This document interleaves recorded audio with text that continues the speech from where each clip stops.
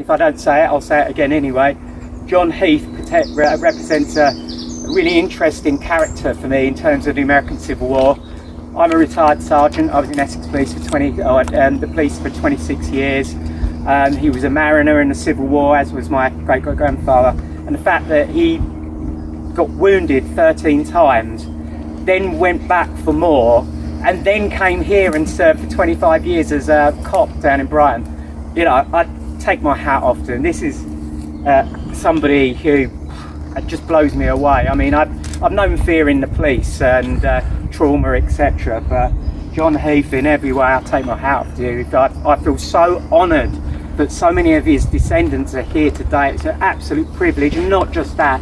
Every other person who's come here today to, take part in this dedication. Just to introduce you, Tom Sainter's part of the Monumental Project as an admin. Darren is, and Greg is. I don't think I've missed anybody else out. And everybody else is a very important player in what we do. So I want to thank Andrea Mabbott for the management of the cemetery, and the ground staff for making this dedication possible, and obviously giving permission for the marker to be placed there. Some cemeteries can be not so helpful, but so it's been an absolute delight. John Heath, as I said, really inspired me, and I'll just give you a backstory a little bit about why I became interested in this. So several years ago I wrote a book about my great-great-grandfather's life in the Civil War. It's called The Spartan Nicolline Lookout Mountain, and it was a research concerning his life that inevitably led me to find other Civil War veterans in the UK, and as I say, from that the Monumental Project was born. So we aim to build a single monument in the UK for the estimated 1,000 forgotten veterans who are resident in this country. Predominantly people who served the north, but there are people who served the south. We have people who were formerly enslaved that came to this country and settled here, people who were blockade runners, a real mixed and diverse group of men and women who served in the American Civil War. And knowing their story, once I found out about my great-great-grandfather's story, and many of them have been forgotten. I mean, how many of you, perhaps I never gave any thought to the fact that American Civil War veterans are buried in this country. A few yards from here, not too far, just up the track, is a guy called Henry Holden, who is a Medal of Honor recipient, and he was at Little Bighorn. So hopefully there'll be a chance at the end. Follow Andrea. If you want to kind of see his grave there, and hopefully we'll be able to put a flag just to mark the spot, if that's okay, Andrea. One of the last Civil War veterans who we'll be honouring later this year, date to be confirmed, is a guy called Samuel Lander Howe, and he died on Boxing Day, December 1940, and he served in the 2nd New Jersey Cavalry, and he knew my great-great-grandfather. So, he represents quite a significant character in the story of the American Civil War, but he died in this country. And, when Darren and I have both been to America, when you tell American people about British involvement in the American Civil War, they're like, I never knew that. And I'm like, no, because with the full story is not told. So we want to be a voice to the people whose voices are no longer heard. I want to be the voice for John Heath today and shine some light on his service, because it just touches me in so many ways because of what I know that he went through. And so I mean, policing can be a tough experience. It's hard to talk about things that I've experienced. I was on duty for the July bombings in London in 2005. I've known fear. I knew that I didn't realise I came away from the police with trauma. And I know when I've read these pension files of these veterans, what they must have been going through. I mean, I'm a counsellor now, so I've gone from a cop from telling people what to do, and now I'm a therapist going, what do you think you should do?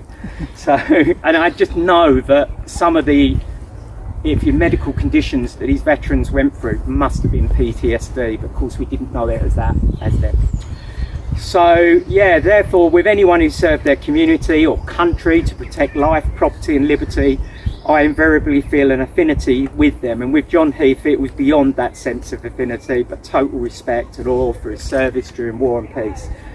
So I'm not sure that I could even walk in his shoes, but do my best to give him a voice today, and Darren's going to talk a little bit about him too, etc. And obviously he's more full of stories told in the order of service, and as I say, we've got copies there. I've also got a copy of his pension file and a more expanded version of his life with pictures as well. So yeah, testimony to his incredible resilience is that after the Civil War, he then decided to serve the community of Brighton as a police officer for 25 years. And so I'm really, I'm glad that somebody from the police family from Brighton was able to be here today. So, knowing the difficult circumstances John had, along with many American Civil War veterans who lived in the UK after the conflict, I'm passionate to give them a voice. And these veterans are often forgotten from the narrative. So, we don't just want to raise monuments, we want to raise awareness too. So, obviously, I am so grateful for everybody's come today. So, I'm particularly delighted that John Heath's descendants, Stephen Lockwood, where's Stephen? There you go. Obviously I reached out to Stephen probably about a year ago, and through that process Andrea, and so absolutely just blown away that so many of his John Heath's descendants could be here today. So I now invite the honour guard to stand at ease, and if you choose to, you can make yourself comfortable, and then I'll give you the order to perhaps return at the point in time when we're going to get to the more formal parts. Honour guard, attention! Retire! Thank you. So, John was born on July, I'm going to tell you a little bit about his life, and then Darren will as well. So he was born on July 9th, 1840 at 3 Tanners Hill, Deptford in South East London, where some of my family now live. He was the son of Stephen Heath, who I believe was a bricklayer, and Mary Bates. And by the time he was 21, he was in North America. I'm not sure how or why he went there. He never explained it in his pension files, but he was in New York, and he gave his when he enlisted in the US Navy in Brooklyn on May 21st, 1861. He said he was born in Baltimore, Maryland. Not uncommon. My great-great-grandfather, when he joined the US Navy, he was born in Grantham in Lincolnshire, said that he was born in Mobile, Alabama. I found that for reasons unknown, a lot of them lied about their birthplace, their age, except a lot of them said they were 21 because then they could get their grog ration. But, so he initially went on board the USS North Carolina, which was a receiving ship, and there he learned the ropes of being the life of a mariner. And because he went on board as an ordinary seaman, it would suggest that he had naval experience before, whatever it may have been, because normally we go on as a landsman, man of the land, because you had to learn the ropes. So yeah, something implies that he had previous experience. So what I found before is a lot of these mariners were in the Royal Navy, suddenly left the Royal Navy, shall we say, and decided to get better wage, etc., in the Union Navy, etc., because obviously they were crying out for men to enlist. So he went on board the Carolina, and then he went on this massive vessel called the USS Santee, which was built several years before, and it had a crew of about 480 people on this vessel. So it's a big vessel, and I imagine very cramped. There was no segregation either, interestingly, in the US Navy, because they figured you couldn't really segregate black and white on the vessels. So you'd have people. It was a very diverse crew, multinational crew. You probably hear voices from many countries below decks.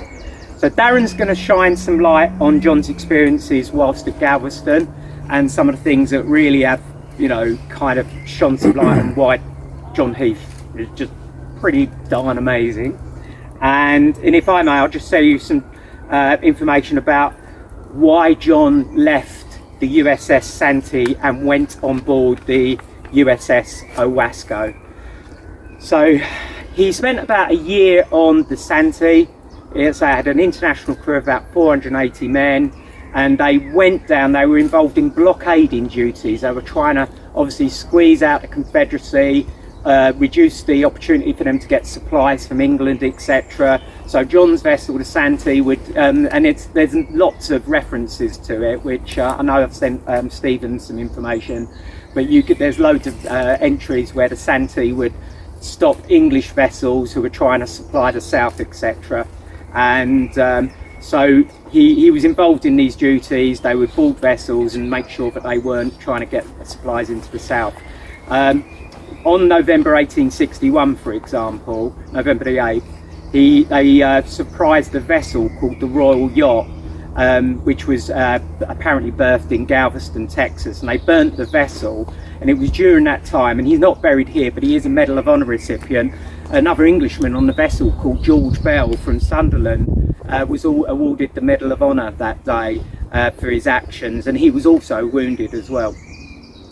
So moving forward in time a little bit, and as I say, I can't tell his whole story today, we'll be here till next Sunday, but on May 17th, 1862, John learnt that his commander, Captain Henry Eagle, had demanded the surrender of the city of Galveston. So as a result, the city's military commander ordered the evacuation of the civilians, the livestock and supplies, because he just basically knew that Galveston didn't have the resilience to fend off a Union attack of the city. Now the problem was, that Henry Eagle wasn't able to carry out his threat of attacking the city because most of John Heath's crew, and he's never mentioned it, were incapacitated through scurvy. I often hear that phrase scurvy, so I thought, what does it involve? So thank goodness for Wikipedia and Google. So scurvy had really taken its toll on the Santee's crew in such a way that they were completely incapacitated, and so the subject of survival became Henry Eagle's thoughts rather than surrender of Galveston. Now scurvy is a disease caused by low levels of vitamin C over a period of about 2 to 3 months, and it was really common in the past among mariners who didn't have access to fresh fruit and vegetables on long trips. So if you imagine, if you will, just picture in your mind's eye, he's on this vessel, it's 480 crew, we're back in the mid 1800s, cramped conditions. He had comrades who had bleeding sores, tooth loss, anemia, and there was definitely reduced rates of healing amongst any who'd already sustained injuries. And so for some men who were not treated, it actually proved fatal. Now, a few weeks after Captain Eagle's demands for Galveston's surrender, the Santee made its way to Ship Island. Now, Ship Island is about 12 miles off the coast of Mississippi. I imagine this magical isle, and pictured now, it actually doesn't look that dissimilar. I don't know if any of you know of Ship Island in Mississippi. Apparently it's quite good for sports, etc. But back in the day, a lot of people who've been enslaved managed to sail, get boats and try and sail so they could join the Union Navy, etc., to escape enslavement, etc. But it was a barrier island, and it had been owned by different occupiers over the centuries. But it was a perfect berth for the US Navy to launch their attacks at New Orleans, etc. So they're berthed at Ship Island, and Gideon Wells, who was the Naval Secretary at the time, basically ordered that the Santee had to return back to Boston. It was because obviously the crew had been incapacitated. So this was about end of July, August 1862. So John Heath says in his pension file he volunteered to go on board the USS Owasco. So we can speculate that he parted company about July, August 1862. So as he put in his pension file, and I quote his words today to give John a voice: "I was on board of that ship till she was ordered home. We went to Ship Island, and the USS Owasco was there. Myself and others volunteered for that ship under Captain Guest and went down to Galveston." So as I say, it was on or about the 1st of August. He parted company with his comrades on the Santee, and the enlistments of many men had already expired on the Santee, so they were all due to go back up to Boston. So on the August 14th, 1862, the Kingston Daily News out of Boston said, "The Santee is en route for a northern port, all hands being sick with scurvy. The Santee has been on the blockade off Galveston for more than a year. Her crew have not been on shore, nor have they been supplied properly with fresh provisions." 3 weeks later, the Santee arrived in Boston, was eventually decommissioned, and on Saturday, August 23rd, the Boston Evening Transcript wrote, "The USS frigate Santee from Galveston arrived at this port this morning. The Santee, under command of Captain Eagle, has been in commission 15 months, 10 of which was passed in blockading Galveston. During that long confinement of the crew on ship, they became afflicted with scurvy. 4 persons have died since she went into commission. The Santee touched Ship Island on August 1st and left the frigates Potomac, gunboat Owasco and US ship Morning Light and parted for Boston.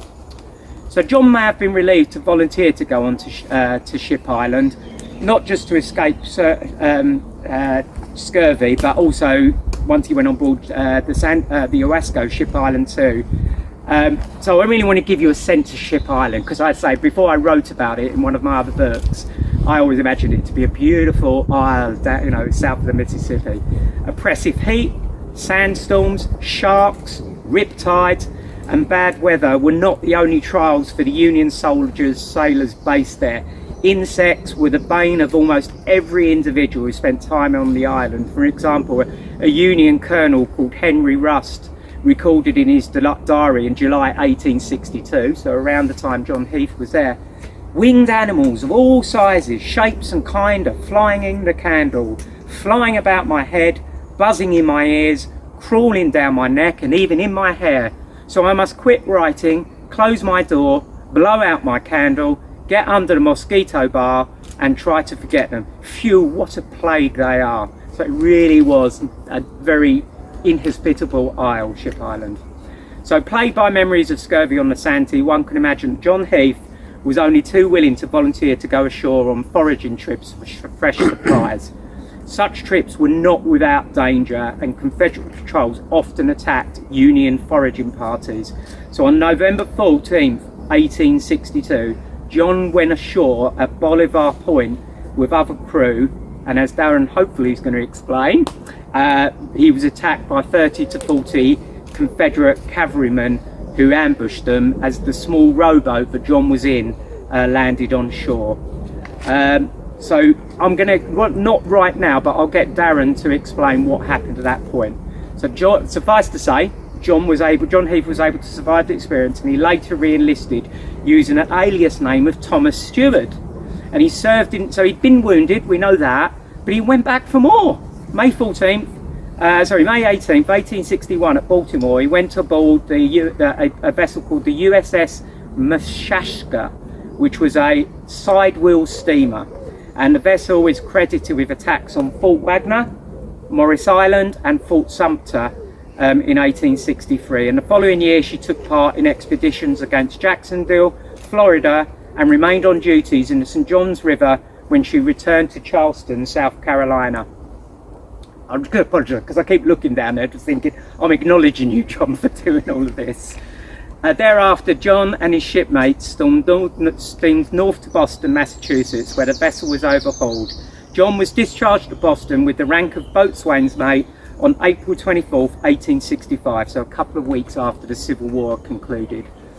But he still answered to the call of the sea, so he spent time on a merchant vessel called the Freeman Clark, which operated out of Bath in Maine. But eventually he returned to England, complete with those souvenirs. I think I've got them, a couple in my back pocket. I'll pass them round, of the examples of the type of bullet. If you could just pass it round if you want. A similar round, shall we say, that John still had within his body that they couldn't take out. So he settled in Brighton. By the time he got married, he was already a police officer. He started a family, and press articles suggest he was a proactive constable, making arrests for a range of offences, right up virtually until, as much as I could find in the Brighton press, up until the time he retired. I think in the twilight of my years as a cop in the police, I was a little bit burnt out. I'm just going to fess up there, sorry. Yeah, I became more flying a desk than the flying around.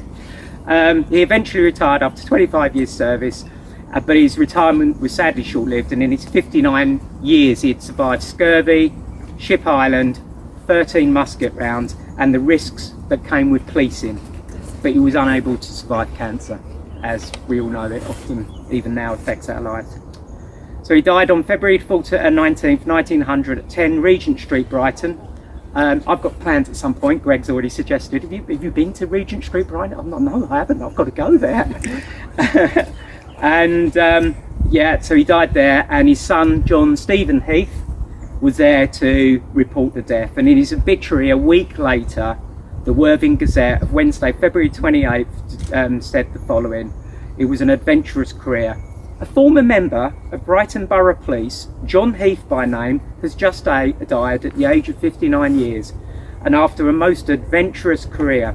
He served in the American Navy throughout the Civil War from 1861 to 1865, receiving no fewer than 13 bullet wounds, and was pensioned by the government of the United States. After the close of the conflict in America, Mr. Heath came to England and applied himself to civil pursuits and became a member of the Brighton Police. His service in that force lasted for 25 years, and he retired with a pension in March 1894. So, 124 years have passed, but today is sufficient proof that despite the passage of time, a person's life and endeavours can still be honoured. Proof that we can all do it, no matter when somebody's passed on, their essence passes forward. George Denham, my ancestor, created a ripple, and that ripple is being felt today because it connected me to other people, and therefore he connected me to John Heath, and hopefully John Heath will allow you to connect to each other. So we may not know how he was remembered in 1900, but today I'm proud to stand at his grave. I'm incredibly proud, in fellowship with him as a former police officer and descendant of a Civil War veteran too. I'm pleased that in such an act I'm joined by representatives of the country he once served, with friends, his family and dignitaries too. Thank you. I'm now going to invite the Honour Guard to, they're already standing at ease. So I'm now going to introduce Darren Rawlins, who's the co-founder of Monuments for UK Veterans of the American Civil War Association. Darren's going to shine some light on the other aspects of John's Civil War service, and obviously why he ended up with 13 bullet rounds. Yeah, so welcome everyone, thanks for coming, and I'm just going to shed a little light on his experience, like Gina explained. As Gina has mentioned, we know that John Heath volunteered to transfer to the USS Owasco around July-August 1862. The berths of the Owasco housed crews of about 100 men. The Owasco was a steam-powered wooden-hulled gunboat and named after Lake Owasco in New York State. Prior to John joining its crew, it had been involved in the fall of New Orleans, Vicksburg, and patrolled the waters off the Gulf Coast. As Gina mentioned, the coastline offered opportunities for Union vessels to counter the risk of scurvy by sending foraging parties ashore to hunt for fresh fruit, vegetables and meat. It was during one such trip that John had an encounter with a Confederate force. A United States Marine called Henry Gusley, recorded in his diaries memories of that trip ashore. Henry kept a diary concerning his Civil War experiences. It was later published in Southern newspapers after he was captured at the Battle of Sabine Pass. Henry documented that exact day and time John went ashore in a cutler boat, which is a small rowing boat near Bolivar Point, a peninsula off the coast of Galveston. Henry recalled in his diary, the foraging party set off at about 6:15 a.m. on November the 14th, 1862. A boat crew from the Owasco, who had gone over to the mainland on the foraging expedition, were fired upon by a party of rebels in ambush, and nearly the whole of them were wounded. 2 of them were left for dead and managed to crawl to the beach, where they were taken aboard again, and the rest were carried off as prisoners. In the attack, John, as Gina has mentioned, met a full force of 30 to 40 cavalrymen waiting to ambush the unsuspected crew. During the onslaught, John received 13 separate wounds. Injuries were so bad, he was left for dead and, like I said, had to crawl back to the beach. John's wounds were such that he was immediately placed, obviously, on the sick list. During surgery, only some of the musket rounds were actually removed. The surgeon was unable to remove all of them. On January the 13th, 1863, John was in New Orleans, and we can guess that it implied that he had parted company with comrades of the Owasco. In the New Orleans hospital, records describe in vivid detail the extent of his gunshot injuries. So it said some 8 or 9 shots having entered his body, 3 were removed by incision, the others were unable to trace. His wounds have all healed, but he is quite lame and suffers from pain in his hips and legs. This is attributed to the pressure of some of the bullets upon his sciatic nerve. His wounds were received in the line of duty. According to his pension file, John received 13 gunshot wounds to his right leg, hip, left buttock, thigh and left shoulder. Having been incapacitated from his wounds, John was medically discharged on April the 29th, 1863. He was granted a pension of $2 per month. What really tells you about John's resilience, character and devotion to his duty is revealed from the fact that John then chose to re-enlist again, the alias name of Thomas Steward. John was discharged at Boston, so after he ended up back in Boston after his long stay after the Civil War, and on April 24th, 1865, 2 weeks after the Civil War had concluded, John eventually returned to England, where he married and spent 25 years continuing to serve his community. We thank John Heath for his service both on land and sea. Thank you. Thank you, Darren. Lovely. I'm now going to invite Darryl Rivers. Darryl's a member of the Sons of Union Veterans of the Civil War. And obviously in the United States they hold lots of his dedication, so I'm extremely proud that Darryl as a representative of the Sons of Union Veterans of the Civil War is going to speak now. Thank you, Darryl. As we study each other's history and hear these stories and celebrate figures like John Heath, we come to realize how inseparable our history is. That British history is American history is British history. And it makes it all the more frustrating that we speak such different languages. It's an honor to be part of preserving these stories in our interconnected history. My 4th great-grandfather fought in the 9th Massachusetts. His brother was killed right next to him at the Wilderness 160 years ago last week. This dedication is based on the words spoken by veterans and their descendants over the graves of their comrades for the last 160 years, amended slightly for our naval purposes. Brothers, sisters, friends, we have met here to consign to that house prepared for all the living the memory of a sailor of the United States, John Heath. The march, the voyage of this sailor is ended. Let us remember Comrade Heath here at rest, under the blue skies of heaven, guarded by the silent stars that in life watched over him, as he sailed under the stars and stripes on the high seas and on the shores of the Southland. May we, as we stand here by this grave, remember that for some of us, as sons and daughters of Union veterans of the Civil War, or descendants of the London branch of the same, we honor the memory of the men who stood shoulder to shoulder on the bloody fields of battle and on the seas, who guarded so faithfully, so honestly, and so well the sacred bonds of statehood, and who fought for liberty in the dear old flag. They have passed away to their final resting place, and upon us has devolved by sacred right of heritage the duty of perpetuating the principles for which they fought.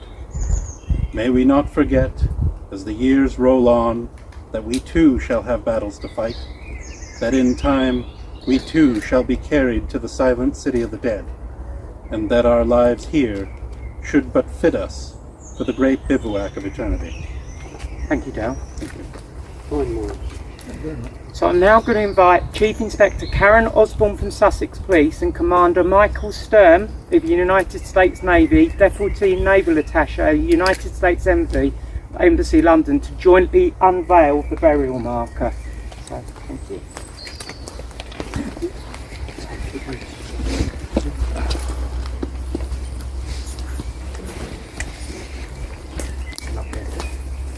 Thank you.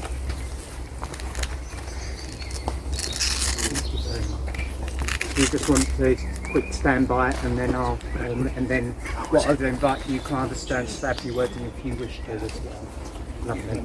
Lovely. Does anybody want to get some quick photographs, just with you two standing by, having done the unveiling?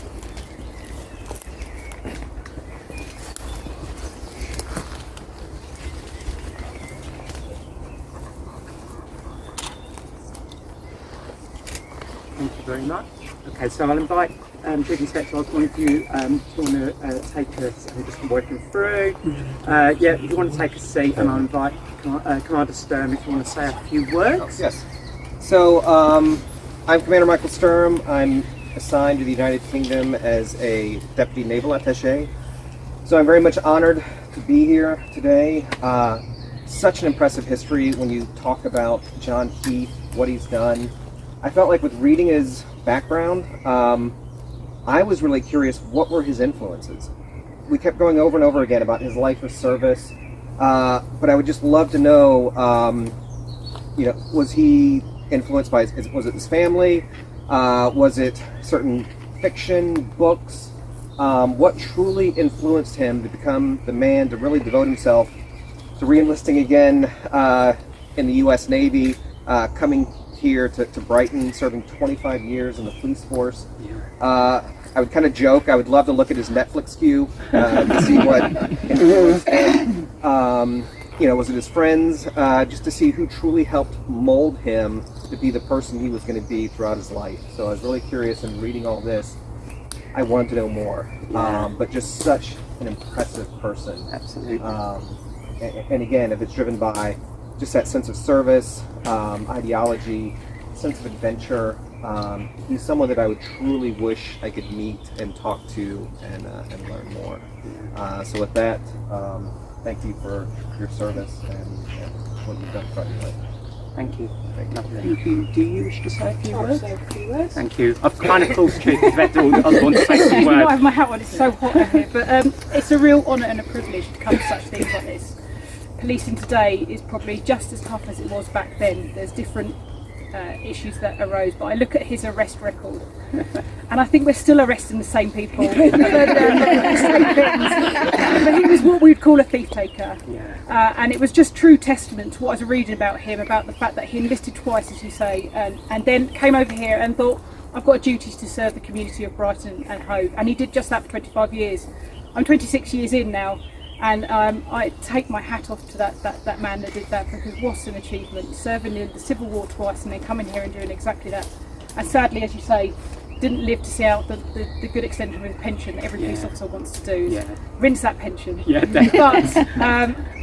just to say thank you for service. It's been an absolute honour and a privilege to meet descendants of him and meet and talk about the man that he was. I learned so much about him just reading what Gina had put together.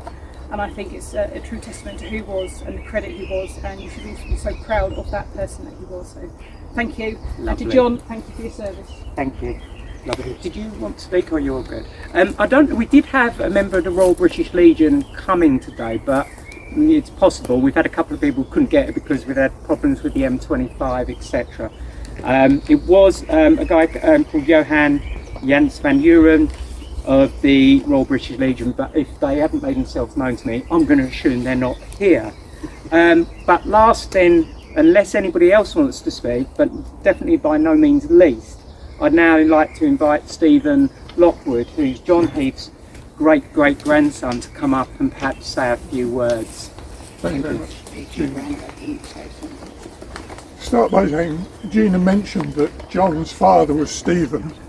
Well, his father, John's grandfather, was John, and John's son was John Stephen, and I'm Stephen John. The names get recycled quite a lot. John Heath was one of my 8 great-great-grandfathers. Specifically, he was my maternal grandfather's paternal grandfather. Throughout my life, I have known virtually nothing about him, other than he was the founding member of 5 successive generations of police officers whose combined service spanned more than 100 years. John was a constable with the Brighton Borough Police, as was his son, John Steward. His grandson, my grandfather Jack, joined the Metropolitan Police, as did my father, my sister and my brother-in-law, both of whom are here today. As an aside, I'd also like to mention that my grandfather Jack had a younger brother, George Stephen. Both Jack and George inherited their grandfather's sense of adventure. Both joined the British Army at the outbreak of war in 1914. Jack was 16, George was 15. Clearly, my grandfather,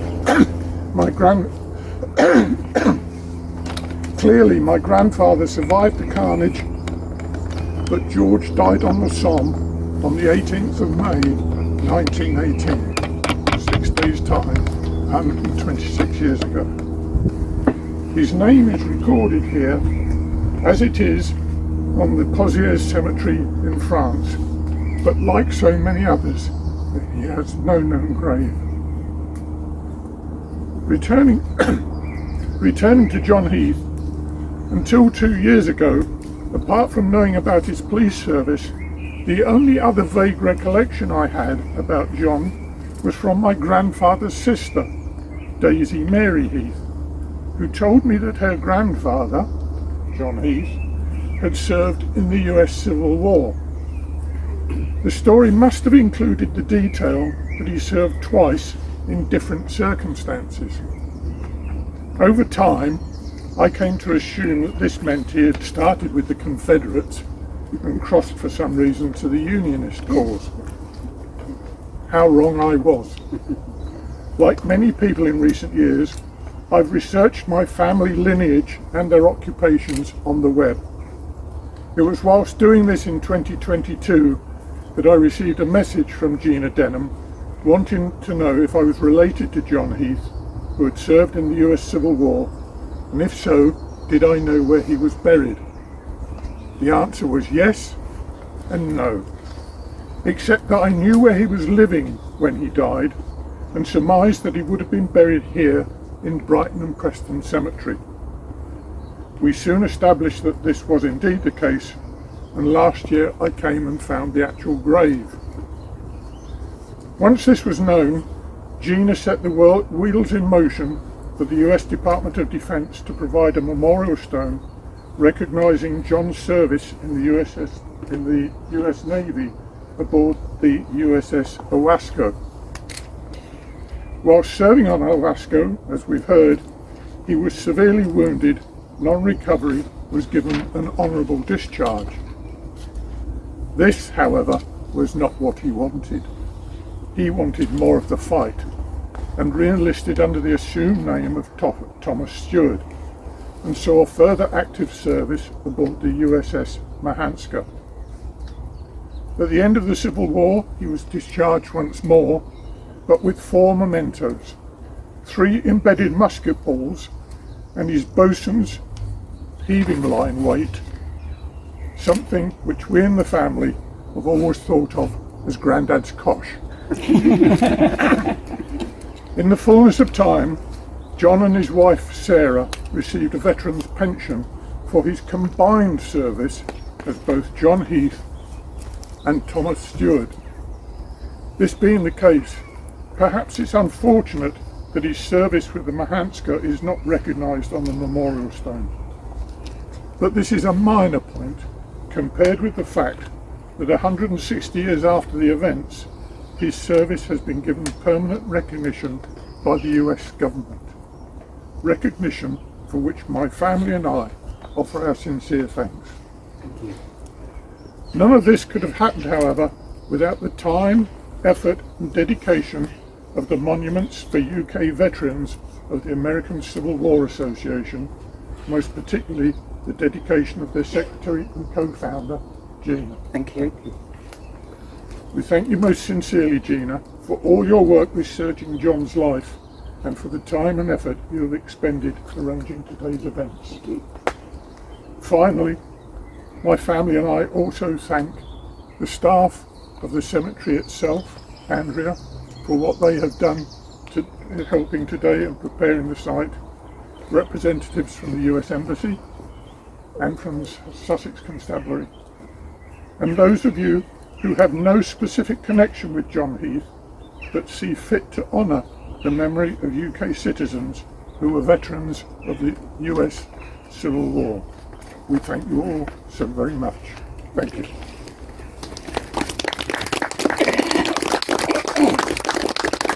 Let's say it's quite informal today, but unless anybody else got anything to say, I'm now going to invite the Honour Guard to stand to attention. Honour Guard, attention. Okay. So now I'm just going to read a passage from the John A. Logan, who was part of the Grand Army of the Republic, which became the Veterans Organisation after the American Civil War. So it's fitting that as we remember a long departed Civil War veteran, that I read to you a passage from the Grand Army of the Republic's General Order number 11, written by John A. Logan on May 5th, 1868, concerning cherishing the memory of their dead comrades who served to defend their country. John was the second Commander-in-Chief of the Grand Army of the Republic from 1868 to 1871. Their soldiers' lives were the reveille of freedom to a race in chains, and their deaths the tattoo of rebellious tyranny in arms. We should guard their graves with sacred vigilance. All that the consecrated wealth and taste of the nation can add to their adornment and security is but a fitting tribute to the memory of her slain defenders. Let no wanton foot tread rudely on such hallowed grounds. Let pleasant paths invite the coming and going of reverent visitors and fond mourners. Let no vandalism of avarice or neglect, no ravages of time testify to the present or to the coming generations that we have forgotten, as a people, the cost of a free and undivided republic. If other eyes grow dull, and other hands slack, and other hearts cold in the solemn trust, ours shall keep it well as long as the light and warmth of life remains in us. Let us then, at the time appointed, gather round their sacred remains and garland the passionless mounds above them with the choicest flowers of springtime. Let us raise above them the dear old flag they saved from dishonour. Now I'm going to invite Greg Jackson, who's part of the Monumental Project, to say a couple of blessings. We normally have a chaplain at this dedication, but he couldn't attend. So Greg, I'm going to invite you to offer the first blessing. Honour Guard, remove hat. Anybody else that wishes to remove them, please do. Yeah. Blessing. God of battles and peace, ruler of the destinies of countries and of men, in this silent camping ground of the dead, we come before thee, asking thy blessing as we honour the memory of this defender of our country's honour, John Heath. Wilt thou, in thy infinite tenderness, comfort those who mourn him? Wilt thou speak words of comfort and consolation to their sorrowing hearts? Look in mercy, we pray, upon the widows and orphans of the deceased veterans.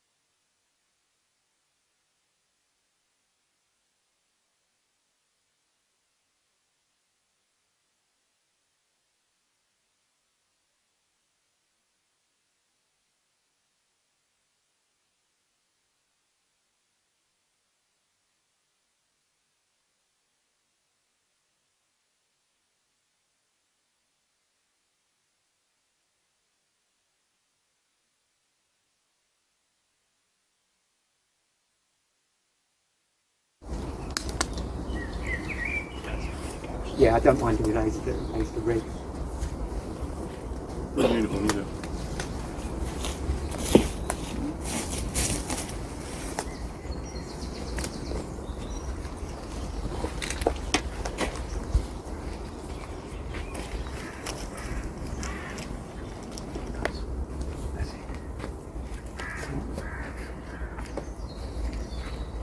Any other rigs? A bit simpler. Thank you.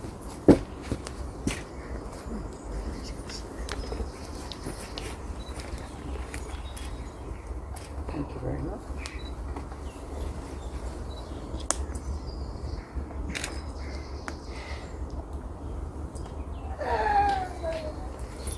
Regimental party. Present. Thumbs. Thank you. I'm now going to invite Greg Jackson to offer a second blessing. Return. It seems well that we should leave Comrade John Heath to rest in honour, where over him will bend the arching sky, as it did in great love when he pitched his tent, or laid down his weary and footsore by the way on the battlefield, or on hours sleep. As he was then, so he still is, in the hands of a heavenly Father. Let us also remember those who honoured dead, who did not return to hearth and home, but lie in resting places known only but to God. Thank you.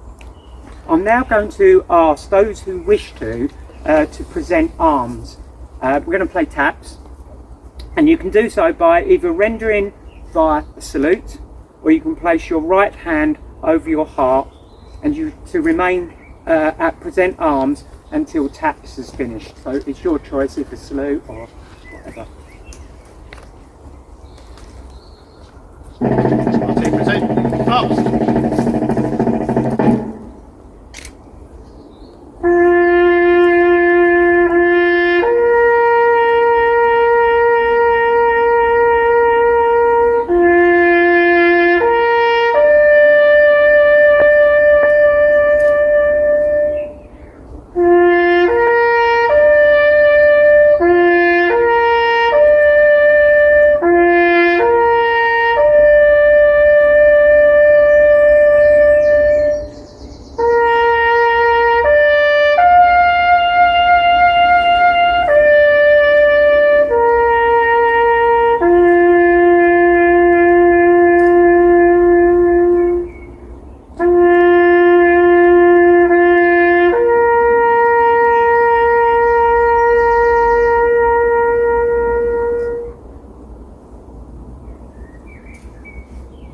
Return. Thank you.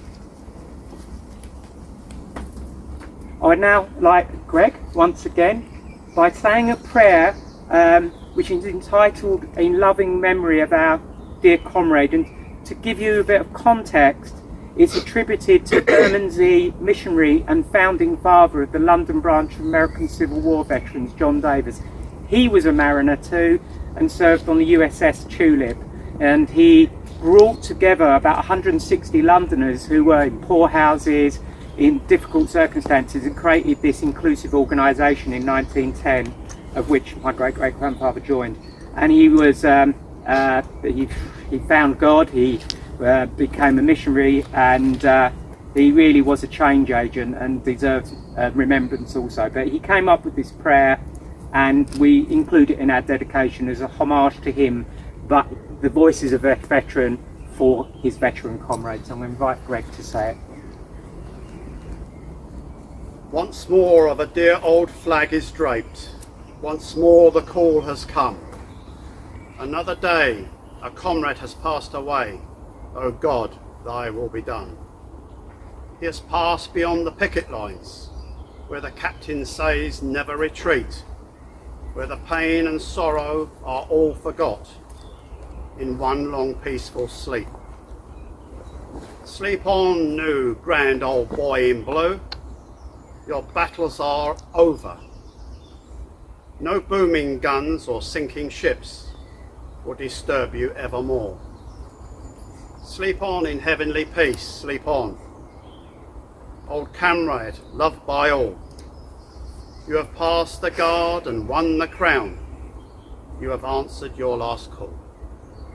Now, comrade dear, our call is clear. Our day is near at hand. Oh, don't delay. Get ready, I pray, and we'll meet in the heavenly land. May the blessing of God Almighty, Father, Son, and Holy Ghost, and the grace of our Saviour and Lord, Jesus Christ, rest upon and abide with us forever. Amen. So I'm going to invite the Honour Guard to stand at ease. Lovely. So our service of dedication has come to a conclusion. In the name of Monuments for UK Veterans of the American Civil War Association, descendants of the London branch of American Civil War veterans, sons and daughters of Union veterans of the Civil War and the Women's Relief Corps, auxiliaries to the Grand Army of the Republic, I thank you all for your courtesy in permitting us, who we are bound by special ties to them, to honour Ordinary Seaman John Heath. Taps have sounded, the lights are out, the sailor John Heath sleeps.